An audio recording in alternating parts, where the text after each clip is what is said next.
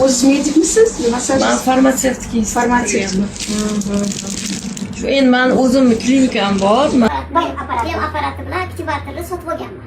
O'sha aktivatorni to'g'risini aytsam men hech kimga bergim kelmaydi. Shunaqa yaxshi ko'raman u apparatni.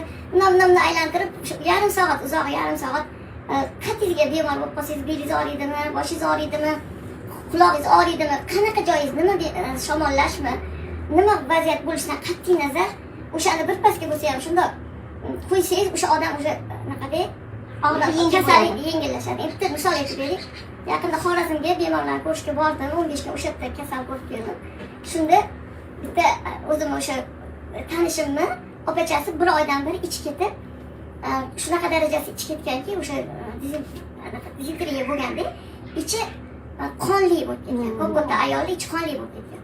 Bir oydan bir ovqat yemaydi. Shunaqa ahvollari yomon dedi. Keyin sizlarga aytdim. Keling mana shuni yarim soat xonalariga birpas aylantirib turing dedim. Kechki telefon bo'lyapti deb, voy, mazza qildim. Zo'r ekan. Aparating zo'r ekan. Endi men yangi odat chiqardim. Biz endi hozir yozib keldi bilasizlar. Hamma cho'milishga boradi, qanaqalarga boramiz, tog'larga boramiz. O'sha qatga borsam yonimdan yuradigan bo'ldim. O'sha yerga kim nima biz desa, men Skaripov.